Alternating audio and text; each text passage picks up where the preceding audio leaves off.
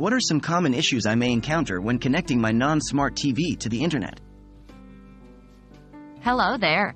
Today, we're going to talk about some of the common issues you might face when trying to connect your non-smart TV to the internet and how to tackle these issues.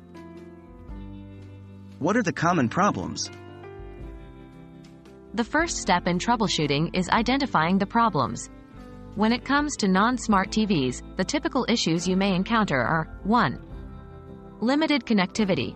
This happens when your TV can detect the network but can't establish a stable connection. 2. No connection. This occurs when your TV can't even detect the network. 3. Slow connection.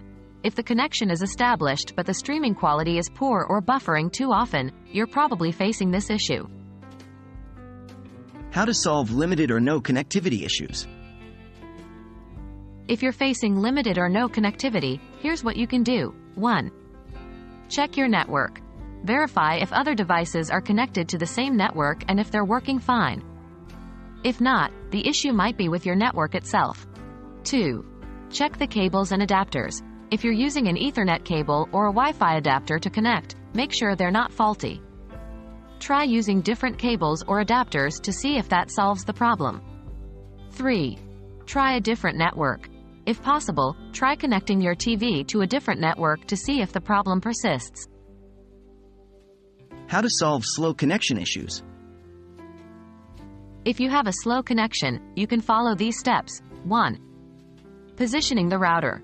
Make sure your Wi-Fi router is within the range of your TV and isn't obstructed by any physical objects. 2. Reduce network traffic. If too many devices are using the same network, it can slow down the connection. Disconnect any unnecessary devices. 3. Check for interference. Devices like microwaves, cordless phones, and baby monitors can interfere with Wi-Fi signals. Ensure these devices are not too close to your Wi-Fi router or TV. So those are some of the common problems you might face when connecting a non-smart TV to the internet and how you can solve them. Remember, troubleshooting is a process of elimination. Start with the simplest solutions first and move to the more complex ones if necessary. We hope this guide was helpful and that you'll be enjoying your favorite shows on your non-smart TV in no time.